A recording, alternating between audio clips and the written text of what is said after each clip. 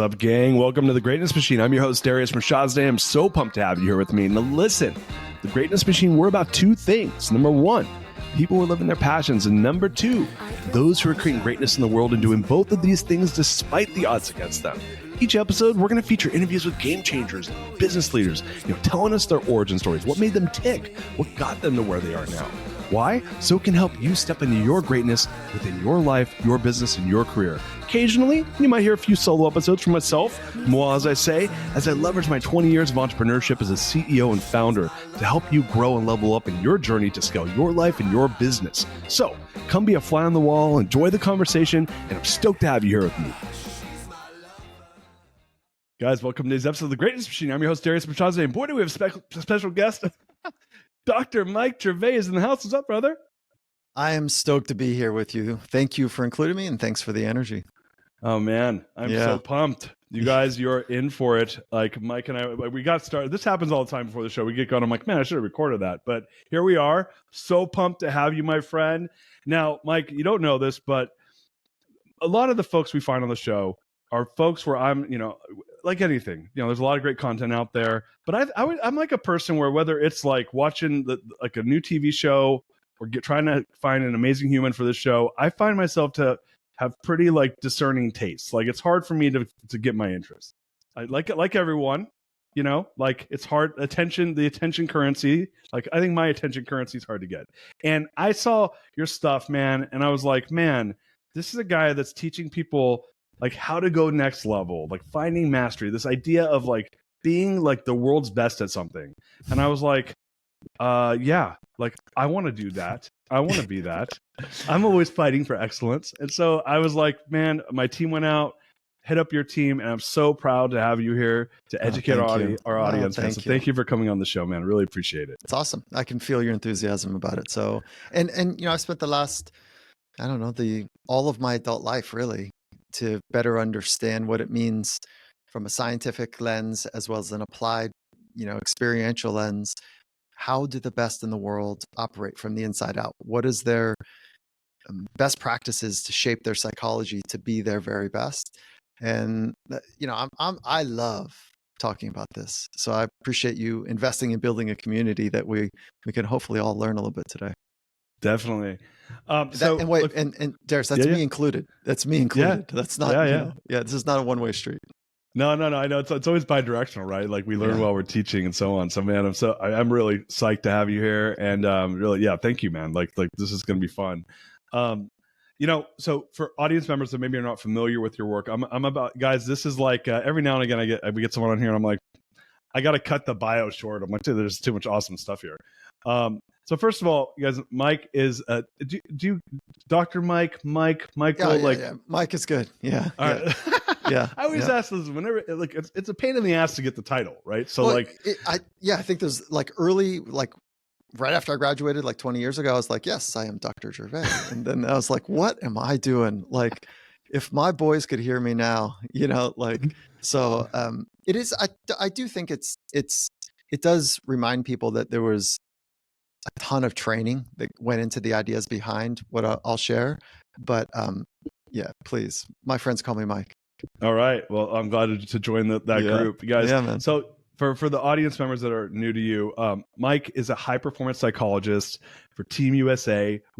I had to update it because we just finished one for 4 Olympics. So Tokyo, Rio, London, and we just had one in Paris. It's super amazing. Founder and CEO of Finding Mastery. That's his consulting business that we're going to talk about on the show, which is amazing business, working with some of the top companies in the world, really bringing the ideology and the thought and the psychology around how these top performers, whether it's in sports or in life, are bringing it into business. So we're going to be talking about his business and what he's doing out there, really like transforming the world in that way. Co-creator of the Performance Science Institute at USC Marshall School of Business. We're going to talk about his latest book, The First Rule of Mastery. And like myself, fellow podcaster, he has the host of the Finding Mastery podcast, which is a top 1% podcast. He's had over 50 million downloads. Man, you're just rocking it, brother. So pumped to have you here, just crushing it. Thank you. Cool, man. Yeah. I would love, here at the Greatness Machine, we love origin stories. And I would love if I know you didn't wake up and become a doctor and start crushing it in the world of Olympians overnight. Like, give us some of the origin story. How did you get to where you got to? Well, I'll do the abridged version, but I'll give you some of the color and contour along the way. Is that nobody in my family went to school. And so like the fact that I got out of high school is pretty cool. And, it started when my parents really dropped out. And they were the 70s babies. I was a 70 baby. During the 70s, they said, hey, listen, let's go build a family. Let's drop out of society. They moved to a place in Virginia. They were from Boston and New York. Moved to a place in Virginia where there was dirt roads, no street lights, and like we were out there. And so I learned from Mother Nature early on kind of how things worked. My parents were super laissez-faire, so they're pretty hands-off and good moral structure, but not they. There was no helicoptering. There was no Zamboni parenting, and natural consequences were a real thing. And then at some point, my dad's like, I got a job, and it's a pretty good job. And we're moving to the suburbs in California, but on the coast. And it's not like I had to say. I was in 3rd or 4th grade, and so I showed up, a complete fish out of water. And I really didn't understand how this community of people were working, and it was a completely different rhythm, completely different way of engaging with other folks. And so I figured it out. It was cool. Everything was great. And then there was this moment in high school. There's 2 really important moments in high school. One was one of my parents' friends pulled me aside. He was like, so Mike, what do you think about your future? I said, I don't know. I have no idea. And it really scared him. Not that a kid needs to know, but it was the way that I was running at life. I was good moral kid, but pushing against a lot of rules, a lot of boundaries. And he was really scared. And he pulled my parents aside, and he's like, look, you got to be really thoughtful about helping him navigate these next couple of years. And that was important because he had the conversation. My parents had a conversation. I didn't know what to do with it. But my senior year in high school, my parents again pulled me aside, and they're like, look, you got a choice. You got a 0 on your PSAT.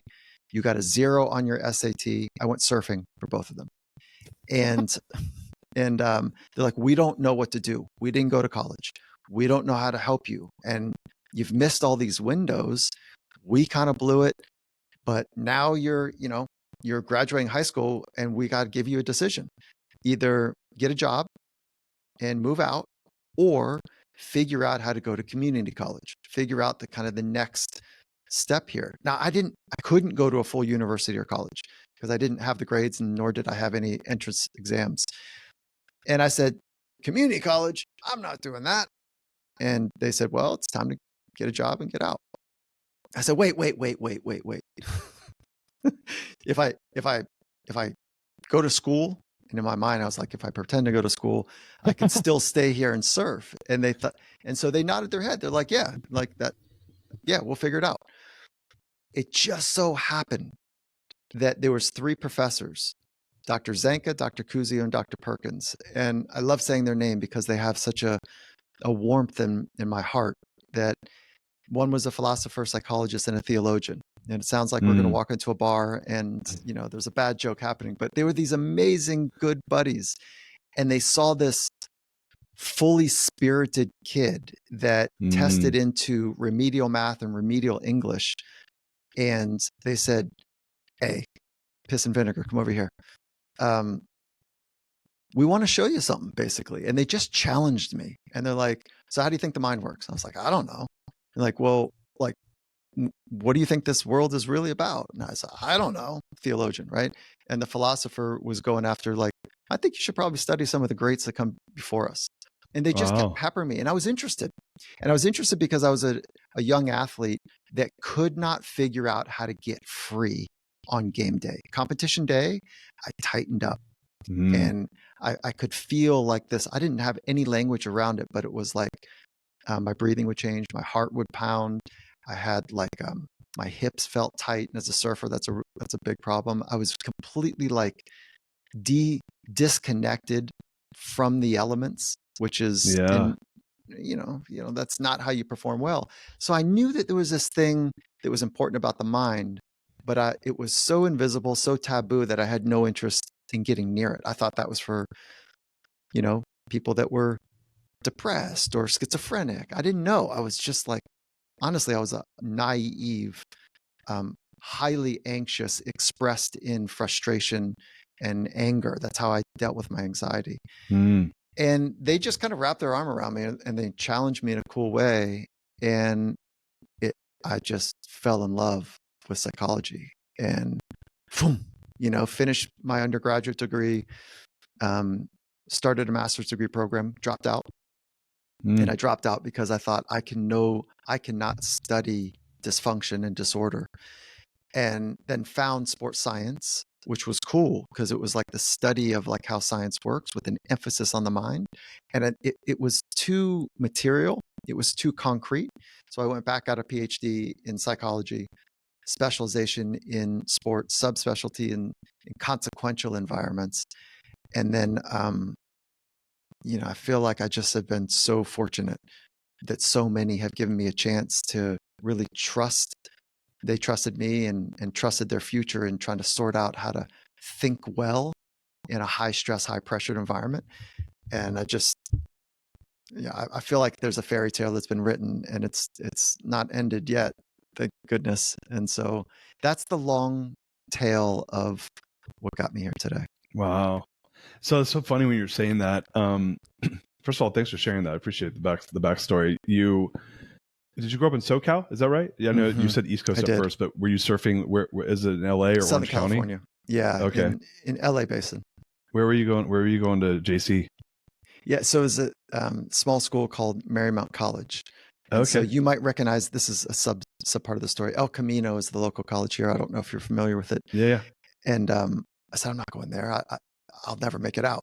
And my parents were like, you're probably right, And so there was another school, and it was near a really good surf break. And so I thought I had it all dialed in. Little did I know that there'd be these three philosophers, So anyways. That's cool. No, so it's funny when I was just curious on that, having grown up down there, so I'm pretty familiar with the area. But yeah, it's funny. Like, I was an athlete. I actually wrestled Division I in college. Congrats. That's not easy to do. Yeah, it was just for one season, and my folks were like, "Hey, dude, you need to get a job," and my school was non-scholarship. So, but even so, I played two sports in college. I played rugby my second year, and I wrestled my first year. And the reason I bring that up is, as you were describing, like the way you tighten up before like your events, like I was like that with wrestling. Like, dude, I mean, I had a lot of anxiety. Like, I struggled with anxiety pretty much from the age of about 8 until 44. I'm 46 now, and I figured that out. But congrats again. Yeah, thank you. It manifested though, like in things like that. I didn't want to get wrong, right? And I was a very competitive person. And before my wrestling matches, it was painful. Like I felt like puking. I was like nervous. I was worried about losing. I would obsess about it. I'd tighten up. My breathing would get bad. And then when I was wrestling, I'd be okay. The first 5 seconds of the match weren't great, but like once I was in the game, and I remember it was the thing I hated most about wrestling was before my matches. I mean, it was like nauseating. It was so bad. So like you having experienced that, I didn't understand it, by the way, and I just figured I was just performance anxiety and it's just part of it. But it was the one thing, if I ever look back, I'm like, it's a great sport. It taught me a lot, and but it was the one thing I have a regret over. I'm like, man, I wish I had that under control. Is that normal, like for a lot of athletes? I mean, you hear about it, but I'd love to hear your thoughts on that.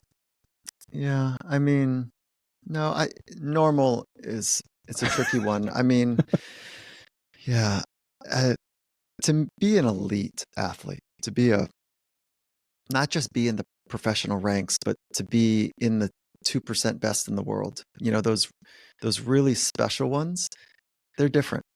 And just to get into the pros is pretty incredible. Like how you organize your life. And some are born with this genetic free code, but at some point that taps out, and they need to have not only skill, but they need to have a physicalness, a technical prowess, and they also need to have mental skills. And if anxiety is running the system, what it does is it doesn't allow you to fully express your craft. It doesn't allow you to access this untapped set of resources that you've built during practice. And so no athlete that I've ever worked with has choked because they don't eat when they play. Oh. I know. Psychologists are not funny. I know. Yeah. I'm like, I'm now, mind you, my last wrestling match was I choked. So I was like, I made me think of that. Yeah, no. That's funny. So, but what they do, what happens is they choke off access to what they're capable of. And so there's like this psychological constricting that takes place. And when that happens, we're nowhere near as good as we can be. We still might win, but it's so highly agitating that you never quite get to that free artistic way. Yeah. And so your question is like, is anxiety normal? When you care about something, like really care, it does make some sense that your body would key up, that your mind would say, hey, get ready now. This is important. Come on, let's switch this thing on. No different than if we're running from, saber-tooth tigers. No different. Same brain mechanism, same thing. That story's been overtold. But in modern day, just thinking about something really important that you really care about can create that entire neurological cascade where you tighten up to ready yourself, but you're just eating breakfast. There is no threat or opportunity in the moment. You've just manufactured all of it from your imagination. So that's more like, that's one part of the narrative of where anxiousness or your mind, where anxiousness is experienced, but it's really because your mind is undisciplined, and it's just wondering and imagining all of the things that are really important later. And your body says, I can't quite tell. Damn it, these images are really important and they seem lifelike, and shit, should I just turn on now? Boom, they turn on. And so your body's responding. The other thing is that the other mechanism is that for some of us, anxiety, that maybe we came into the world a little bit more ready to be triggered by the environment. And like, we came into this world where our central nervous system is like full. And you think about people that can handle a lot. Maybe their central nervous system, maybe the cup is like 3/4 full. And maybe I came into the world like 7/8 full. So just a little bit of external stimulus and it feels like my cup is spilling over. And there's some, like the action sport athletes I work with, that literally are doing things that are unimaginable, how dangerous they are. Their central nervous system, their energy cup is like, I don't know, half full. And so they can welcome all of this external, rich, consequential, high-pressured activity in the environment. And then they say, I don't know what you guys are talking about. I feel alive now. So there's this, proclivity, if you will, or this predisposition for how well we manage energy based on how much we have at a resting state. And then the third is that there's nobody in this world, at least that I've come in contact with, that doesn't have real trauma at some point in their life. And if you are the lucky one that hasn't had it yet, it's coming. So I would recommend that you ready yourself for it. But so there's trauma, whether it's big T or small t trauma. And what trauma does is it reorganizes our psychology in a way to protect us from being re-traumatized, being, re-embarrassed, being re-humiliated, like, or maybe it's a near-death type of thing where there's a radical car crash, or fill in the blanks. There's lots of tragedies, that we could pull from. But our brain says, uh-oh, that was heavy. Okay, we navigated it. Let's not put ourselves back in that situation. So if I'm looking at, you've got, it looks like a Kango hat. I can't quite tell. Yeah. Is that a Kango? Yeah.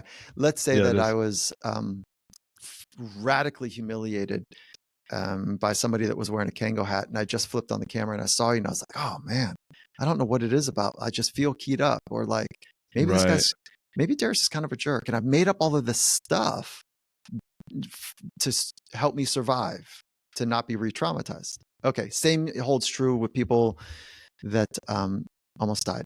there's smells, there's environmental cues that they would latch onto to not have it again. So these are the three mechanisms. Some sort of trauma can lead to an anxious response, or perfectionism was your mechanism to the anxious response.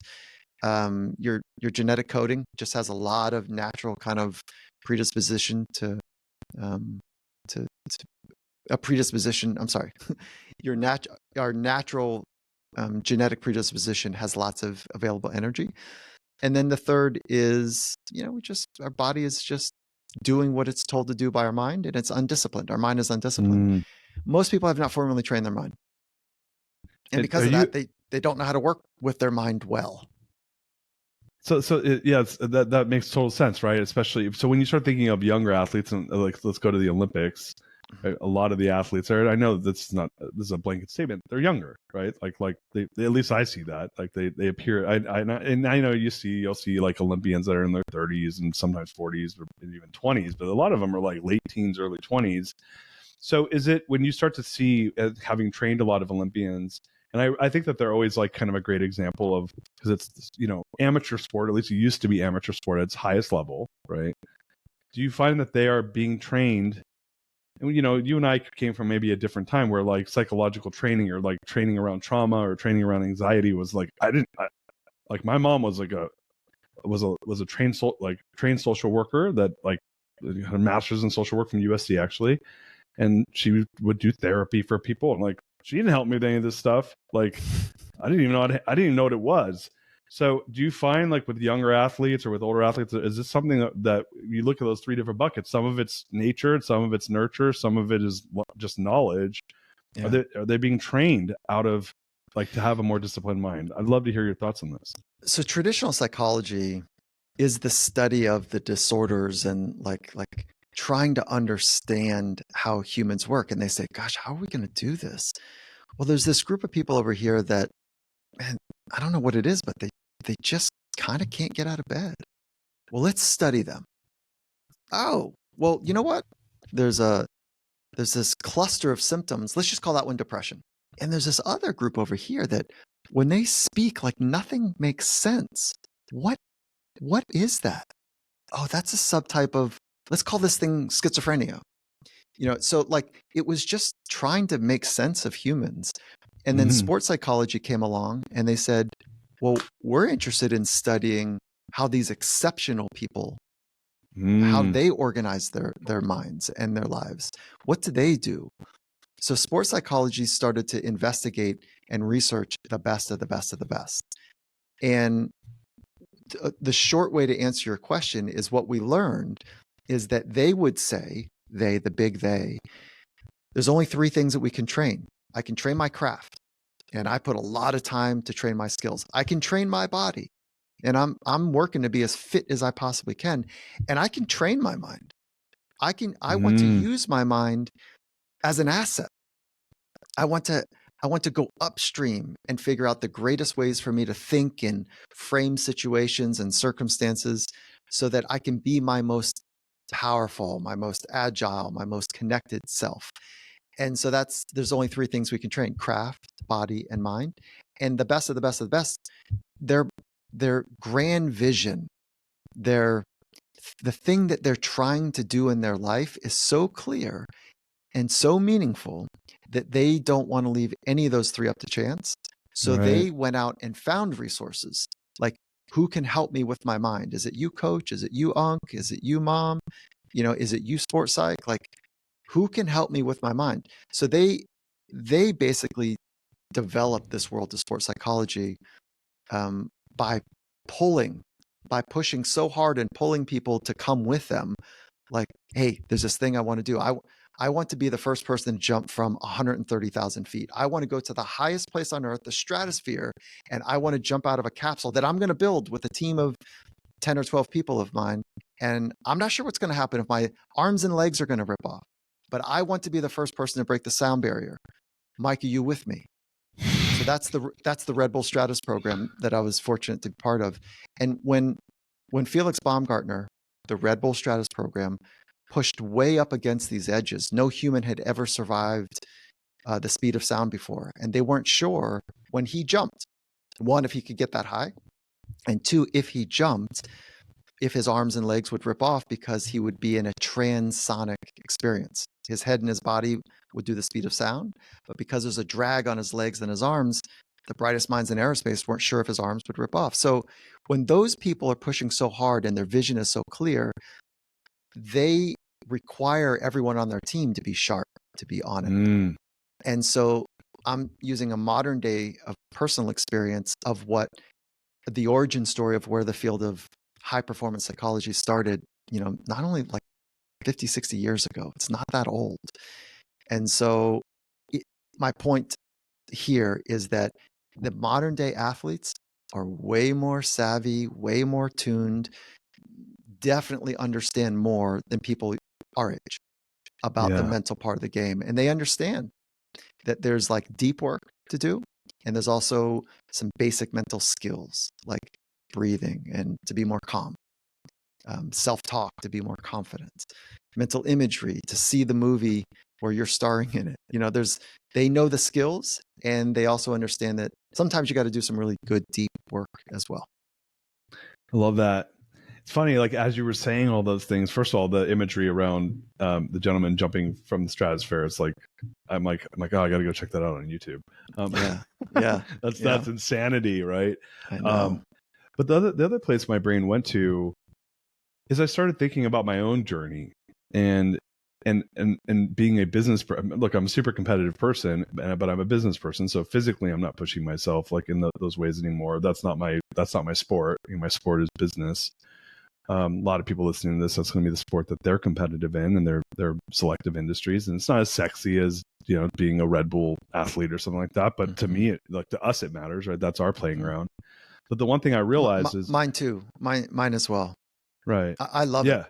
Yeah. No. It's like I can't be more competitive, right? It's like and I feel like I'm playing at a pretty high level, right? But the one thing that as I've gotten, I'm 46, as I'm thinking back over the last, 20, if I even go back 30 years, right? 16 was when I was wrestling till I was 19.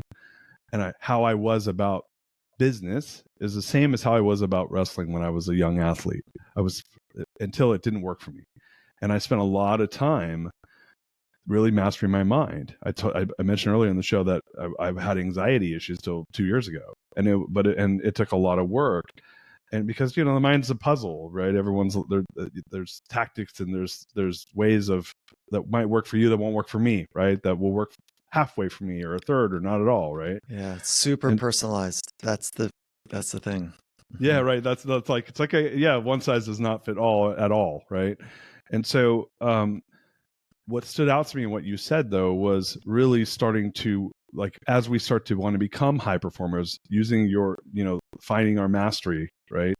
And viewing that, I need to pour into that thing of having tools and skills around mastering my mind, because I can only control that.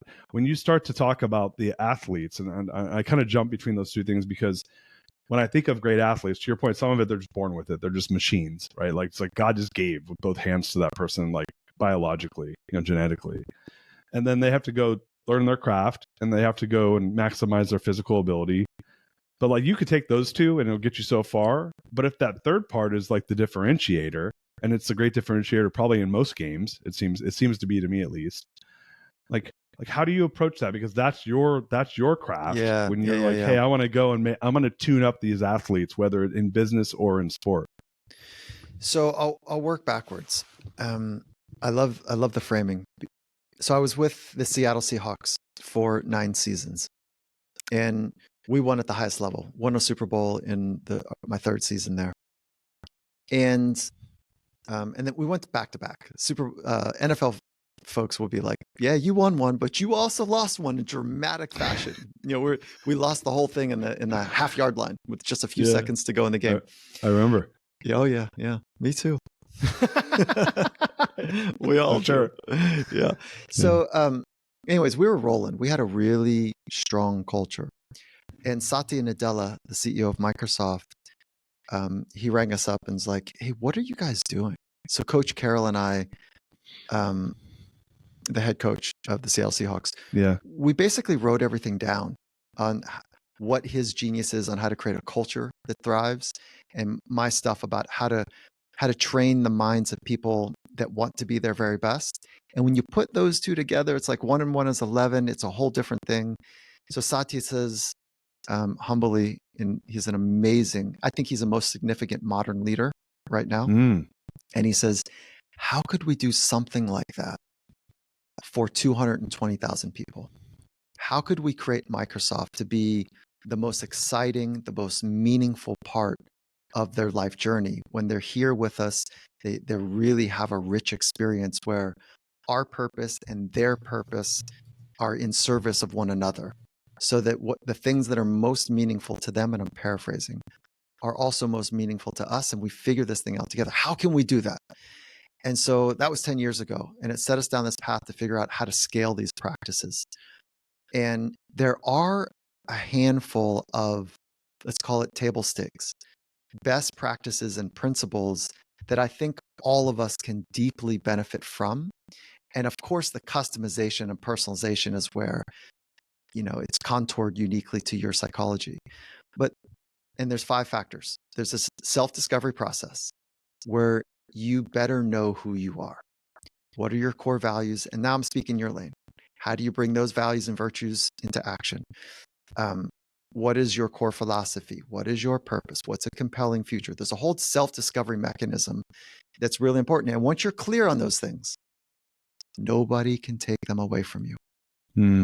And that is a very powerful position to be in this world, to know what you stand for and what is so compelling that you will do the hard yards for your family, for your loved ones, for your teammates. What is the future that you're wanting to see?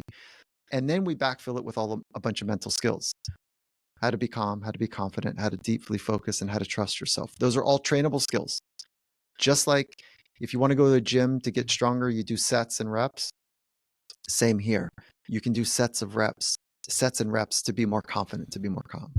And I could go on and on and on here, but there's a handful of best practices that I think it's not one size fits all. I'm agreeing with you, but they are pretty basic. Like meditation, mindfulness, it's necessary, not sufficient, but necessary to be able to work from the inside out. And that's really where this untapped genius lies. That's where the untapped greatness exists, is when you work from the inside out, you reveal what you're already capable of. And when you're in a team or in a group environment where people are holding each other to the right standard in the right way, we are capable of more than we even can imagine sometimes.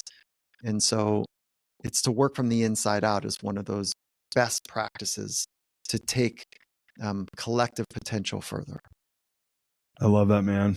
And when you were first talking about the work with Microsoft, I was curious, and I was like, how's that stock price done in the last 10 years? And I didn't know. I own some of their stock, but I just wasn't like paying attention to. And I know that they've had a great turnaround since Satya took over.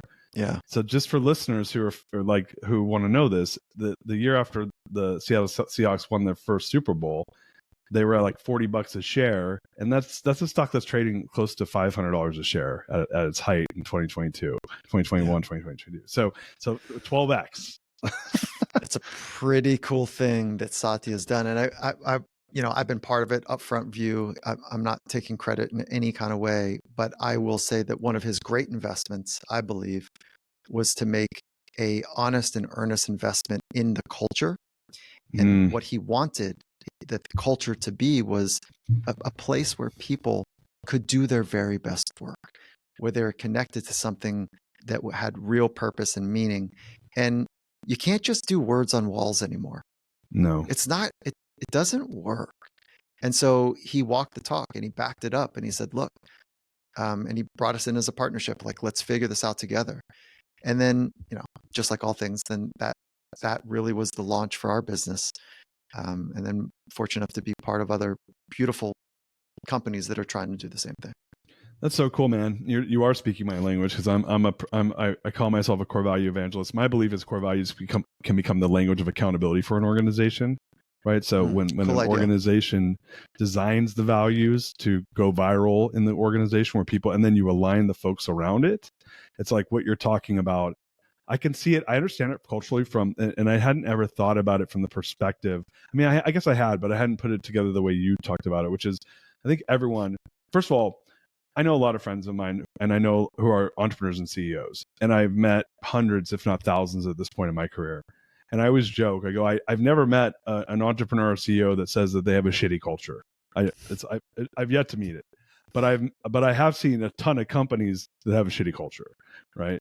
And so, in generally, it's about, like there's plenty of mediocre companies. It's kind of like the Olympics. There's plenty of people that play those sports, but there's very few that make it to the elite. I think it's easier to do it in business than in some ways than to do it at sports, probably because of the supply and demand dynamics. But the way you had said it was one thing I had never thought about, which is you have this like environment. So let's just say the culture is the soup, right? Mm-hmm. But the individual, like if I can maximize the individual within that soup, like within that culture, there's a virality to that I suppose happens, which is that will attract other, like the steel sharpens steel in a bed of steel sharpening, right? That's exactly it. Yep, you got it. Tell me how you guys approach that. I want to hear how you guys think about that. When you did it at Microsoft, are you doing it in other organizations? What's your thought around how to, like, someone wants to work with you, a listener of the show's like has 1,000 employees, and they're like, yeah, we have a pretty good culture, but I want to take it to the next level. I want to completely dominate in a way, and we're doing good, but I want to dominate in a way where we are only competing against ourselves. How do you, as a consultant and as a performance, master of performance, from a psychological standpoint, how do you approach that with a consulting client? First, I go, yeah, okay. This is cool, because when you get a culture, when you create the right conditions for a high performance culture, that person is already recognizing that something special will emerge from that. And it's one of the highest arts. It's very complicated to do culture right. So we need to operationalize it in very clear ways. So the first is a definition of culture. So culture is the artifact of relationships. Okay, so the artifact of gravity is things fall to the ground, right? The artifact of culture is the way that we relate with each other. But that relationship begins with your relationship with yourself. So if you have a great relationship with yourself, you're most likely going to be inclusive. You're likely to be interested and curious to other points of view and ideas. You're likely to have this idea of what a future could be, as opposed to somebody who has a shitty relationship with themselves. They're hard on themselves, they're critical, they're judgmental, they're highly anxious, they're irritable, their sleep is a mess, their nutrition is upside down, and they don't like the world inside of themselves. They're not great teammates. They turn that gaze on other people.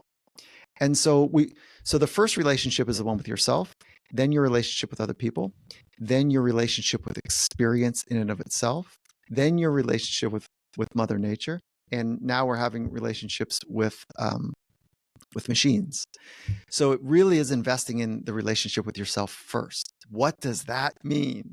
That means let's understand how the best in the world, those that really flourish, those that thrive in environments similar to yours, how do they operate? What are their thought patterns? What are the best habits and practices? And let's start to share those with folks so they can be about it in this high stress environment of high performance. And you had mentioned, and so again, I'll go back to there's 5 factors: mental skills, psychological frameworks, self-discovery, mindfulness, and recovery practices.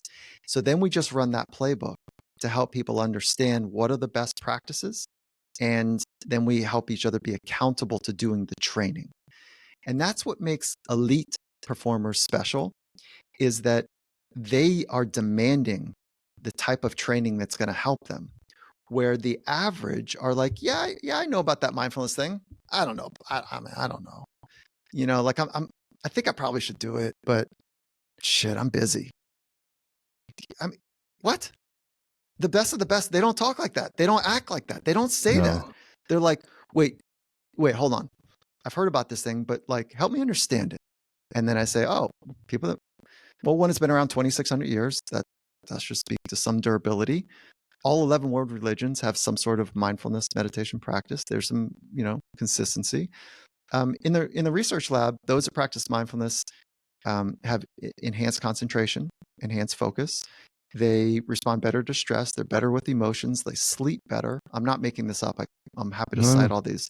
They perform better in high-speed environments. And they say, how do I do that? I say, okay, look, let's start at the beginnings. And we roll out a training program. We notch it up to a place where eventually they're like, yeah, I understand how this works. Mindfulness is the practice of being more aware. Right. More aware of what? Your thoughts, your emotions, the world around you. And when you're more aware, you have a chance at skillfully navigating. If you're not aware, you're not even the game of high performance. No. And so this is the practice. It's like a tier 0 practice to become more aware so that you can layer on mental skills to navigate well. And they're like, hey, I don't care about that mumbo jumbo stuff. But when I do it, I feel a certain way. And can you help me like stay on this thing? Because I'm not sure if I'm totally doing it right. Like I want to be great at this. That's not what the average do. They got a story they tell themselves. They're too busy, too tired. They got too much going on. They need an instant fix or a chemistry change. So they'd rather look at, I don't know, this chat or Insta or something, or drink to numb themselves, talk shit to get a stimulation, find stressors to pop them up. I don't know, cocaine, Adderall, who knows what they're doing, Sure. There's a lot of ways to feel something other than what actually is happening. And so anyways, so that's a long kind of, narrative there about what they do differently. Meaning the CEOs that want a culture is they say, I'm going to invest in it. Can you help me figure out a starting place? And so CEOs and senior leaders need to understand it and create some air cover and practice those same mental skills that they're asking their people to practice. And now you've got shared language and shared practices. And all of this mental skill stuff is so that you can, quote unquote, be about it. You can meet the moment. And then I'm going to speak right to your narrative about what does that mean to be about it? Well, if you value kindness, let's say that's a core value in your organization, or excellence, or I don't know, what's one for you, Darius? What's a core value for you? Well, so in my business or in my personal life? Yeah, whichever. So in my business, our second core values, we make a difference. So that's around excellence. Yeah. Okay, good. Or impact, it could be a lot. Impact, you could shape that in a lot of ways, right? So let's say let's do impact. Let's go impact right now. Yeah. So it's a great idea. That's a beautiful idea that we're going to make a difference. We're going to have impact for other people. And then what happens under stress is that our brain does something very predictable, is it goes to self-saving mechanism and it abandons the values.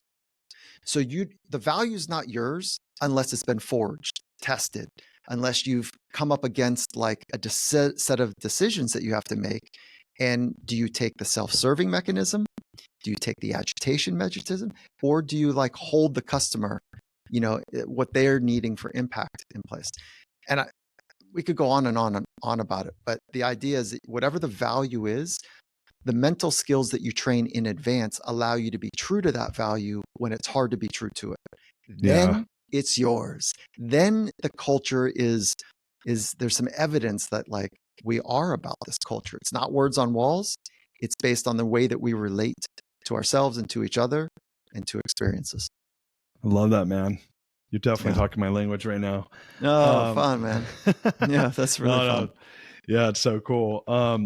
So one of the things, I having spent a lot of time playing with a lot of this stuff in my own life and in my own businesses, one of the areas I ended up going to, and again, this is kind of one of it was to prove value, right? Because I had partners that they saw this stuff as fluff. They're like, oh, this is fluff. Actually, I want to take a step back.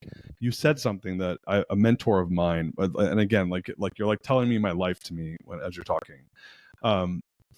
I was like, oh, I love hearing that like you're making me feel really good about myself. Just so you know. That's okay. Great. Yeah, like really good. Like I'm like every single thing. You're like average people do it this way, and the champions do it this way. I'm like, that's how I do it. That's so funny. I always ask that question, right? And so, like, but just so you know, my ego is getting stroked really hard internally over here. But one of the things you said was talking about awareness, right? And so I'm a trained conscious capitalist, and I did this really intense program out of Dallas called Stegan for a year, and the founder of the program is a mentor of mine, and one of the things that I first learned from him was a quote, and what he would say is, "With awareness comes choice," right? And he would just say it all the time. With awareness comes choice. And because I was going through some gnarly stuff in my business, and he'd say stuff like, "What a gift! Like, what awareness do you have?" And I was just like, "I don't want this fucking gift, man.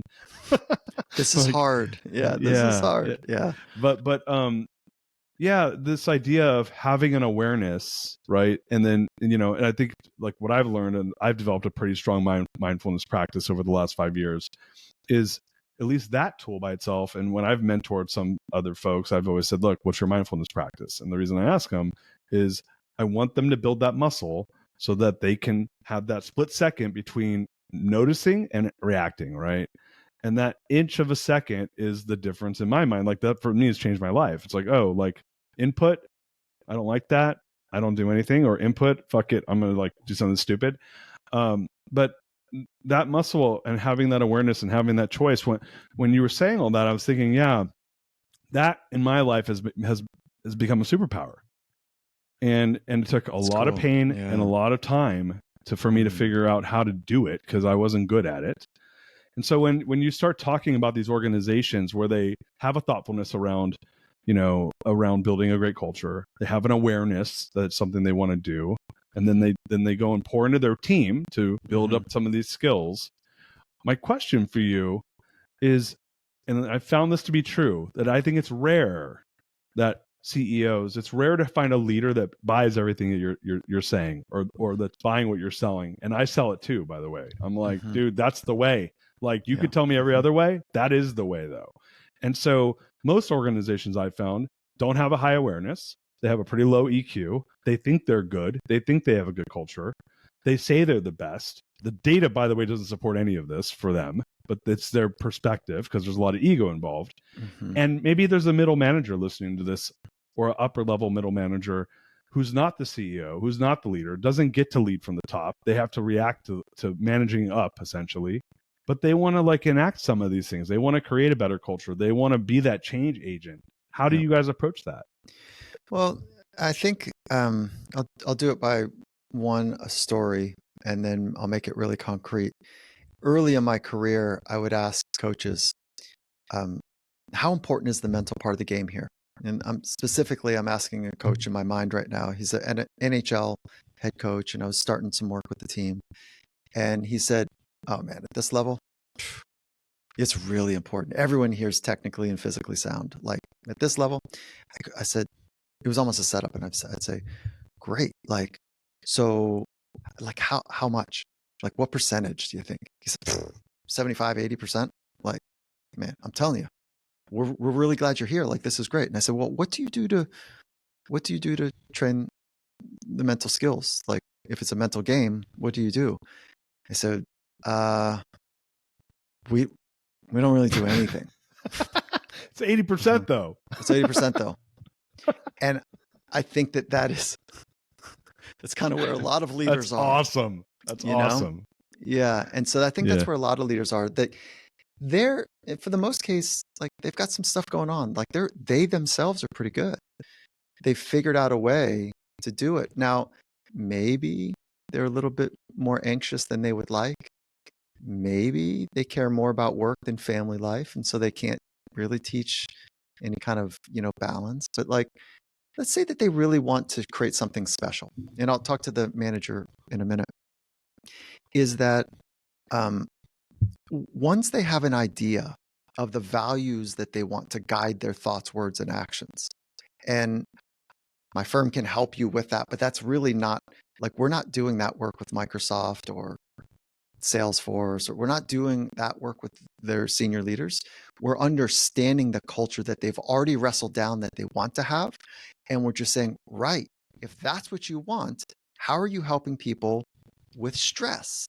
Because it's pressure and stress that is the variable that you're not accounting for. It is so easy, Mrs. CEO, to say, look, we want kindness and creativity or whatever the values are. But when people are tired and agitated, that shit goes out the window. They're giving what they have, fatigue and agitation. And so we need to install like some basic stuff. And this is like ground zero. Again, in elite sport, we do not talk about working hard. They're already the most motivated, like we're not talking about like work harder. We are spending so much attention on recover well. And when I popped my head into enterprise business like about 10 years ago, I said to the CEO and the senior leadership team, how are you doing it? And like, and I was like, no, really, you guys have zero recovery practices. And the way that you boil a lobster or a frog or whatever the analogy could be is that you just slowly turn up the heat and they don't realize that they're boiling to death. And that's what I see most corporate cultures to be, is that they don't recognize that there is a better way to recover, to have that zest and fire. So sometimes we don't start with mindfulness as a best practice. We start with recovery practices because people are working so damn hard. How do you recover from all that stress? And we know 1920 early research, Hans Selye, great researcher, found that all organisms, in test tubes as well as you and me, that there's a under enough chronic stress, there's a predictable arc, and that arc is fatigue, staleness, burnout, early death. And so we are cooking ourselves if we don't figure out the right recovery mechanisms to be able to manage the speed and the stress of our environments. And so we usually start with some sort of conversation about, what do you want to create? Right. What are your recovery practices for this high speed environment? And they go, we don't have any. I said, well, we probably need to start there. They go, yes, give me some of that. I need some of that. And so it's not like, hey, can we hug a tree? And, can we sit on a pillow and hum together? It's not my nature. And so it's a little more tactical than that. But I do appreciate doing both of those from time to time. So yeah. I like walking in the backyard barefoot. That's mine. Mm-hmm. Just cool. Getting grounded. Yeah, it's nice. It's like I mean, it actually like physiologically grounds you electrically. I didn't know that. Absolutely, it felt good. But yeah, no, it's cool. I know we're running a little over. You got about 5 more minutes? I do. Thank you. Are you good? Yeah. Is that cool? Oh yeah. I love the space you're giving me to yap. So yes. Yeah, man. Yeah, dude. We're connected in so many ways, man. Like this is fun. craziness. You really are talking my language. The audience is like, dude, this guy's like Darius is like long lost brother. like just fun, man. You just go straight to values. I'm like, you're talking my language. I obsessed about how do you operationalize values in the business. So what I am really hear you say is, how do you operationalize these functions in a business to moderate outcomes, right? Mm-hmm. And then and to your point, like if we talk like Maslow, right, you got like survival, success, self-actualization, right? Mm-hmm. And when you're talking right now, I'm like, oh, we're talking Maslow right now. Like I can't worry about self-actualization if I'm starving to death, right? Mm-hmm. If I have people that are boiling and not knowing that they're dying in the business because their body's breaking down because they're in a stressful high-speed environment and they can't keep up, then I got to do that maintenance work first before I can then start to build them up, right? And then I can worry about actualizing like high performance, right? Because I've created the environment to get them there. And so like that was at least what I heard you say. But did I Yeah, you got it. Pick it up? Yeah, and I've asked thousands of people, both in the amphitheater of some of the most dangerous environments, as well as on the Finding Mastery podcast, as well as in business operators. Where does pressure come from? And where do you think most people? What do you think they say? It comes from internally or externally? Oh, I think they probably say externally, but my answer would be internally. It's internal. Most people do understand it. They go, pressure comes from internal. And so what does that mean? It means it comes from the way I'm thinking about myself and thinking about the future. Yeah. The way I'm thinking about the circumstances creates pressure. And pressure is this kind of boxed in feeling, like I need to think or do something faster than I think I'm capable of doing. And I feel pressure. And it is more of a thinking mechanism than it is an actual external environment. That doesn't mean that there aren't pressure-packed environments. There are. Sure. But for the most part, it comes from thinking. So thinking creates more stress than we imagine. And it's because we haven't formally trained our mind. So of course it's going to try to create the right levels of readiness to solve potential dangers, you know? And Right. if we could just spend a little bit more time working on recovering well so that we can think optimally, the whole thing changes. Yeah. And that's why I'm talking about not just ideas, but sets and reps with breathing, with meditation, with self-talk, with mental imagery. And when you do that in an environment together with people, it's who would believe that some groups in Microsoft, not everybody, but some groups in Microsoft start their meetings with a 3-minute meditation. I believe it. Yeah, it's cool. Yeah. Not all. Yeah. Not every athlete at the Seattle Seahawks, meditated before a game or did mental imagery before a game, but probably about 4 out of 10 to 5 out of 10 did, which is pretty cool. We're looking to get a 1 in 5 to really be a part of something special. And if you create that 20%, you start to get a critical mass where culture becomes something that is a momentum builder on its own. And so we're looking for 1 in 5 people to be part of the culture in a meaningful way. Now, if you get 2 in 5, 3 in 5, like, it's incredible. Yeah. I love that. You're gonna be proud of me, man. I run a private equity firm, and I start all my meetings off with a meditation with our team. So hey, there you go. Just so you know, dude, I'm telling you, talking my language. So look, I know we're out of time. I want to do the greatness question before we go there, man. Michael, man, we could have done 3 hours. I know, it'd be fun. Yeah, it'd be fun. I know. Yeah, we could keep it growing. I want you to check my book out. I think you'll love it. It's how do you design values so they can be essentially operationalized easier in organizations. I think you'll enjoy it. I'll send you a copy of it. Please. Yeah, thank you. And I'll send you the first rule of mastery. And why don't we autograph our books and send them to each other? That's cool. I love it. That's fun. Very cool. The audience is like, look at these guys stroking each other's egos. Yeah. No, man. You're doing some amazing work in the world. Where can people find, learn more? Obviously, the podcast, the book, the consulting firm, that and then some. Let us know where we can get more of you.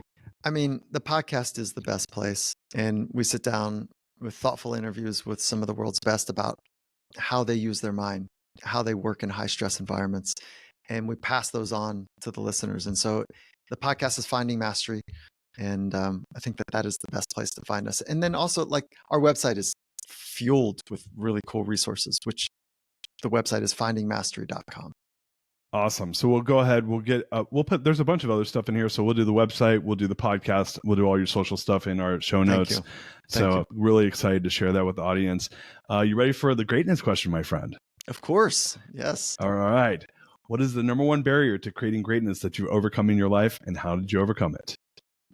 The barrier is the story that we tell ourselves, and it's the arc to get to honesty is the real barrier. So it starts with this self-saving mechanism and the small little slippery stories we tell ourselves about why something didn't go the way it was supposed to, or we thought it was, or what we're capable of. So it's these blind spots, invisible limits, self-esteem saving stories that keep us in the body that we're in the relationships with ourselves that we're in the relationships with other people. It keeps us in a socioeconomic strata. And so it's the stories that we tell ourselves. Our internal narrative is the great barrier. And the way to navigate through that is feeling and facing pain. Pain is the reason we change. And when we stop telling ourselves the stories that we've always told ourselves, and we just create a little bit of space and we explore, something that is honest and truthful, and we connect that to the feelings that we're having when we're connecting to the honest, truthful experience, then therein lies this opening.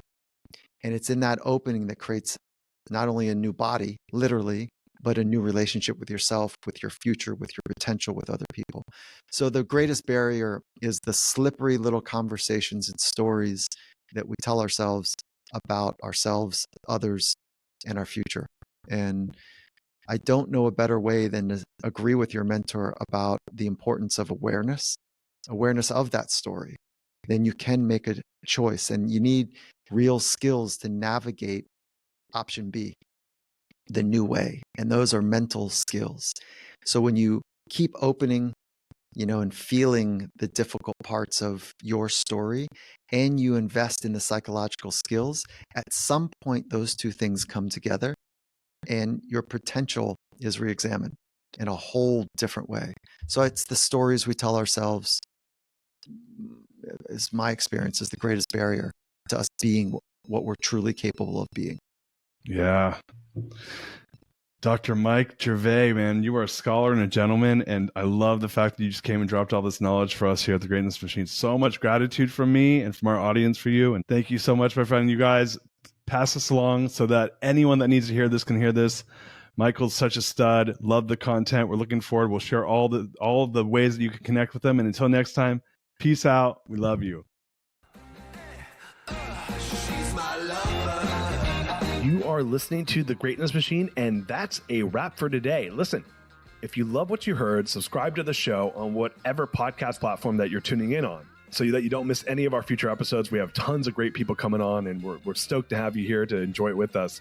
Leave us a review. Tell us what you love most about this particular episode. We love getting the reviews. We love to see what you guys love most. And if this particular episode, made you think of someone who's leveling up in their business and in their life, print screen, share it with them.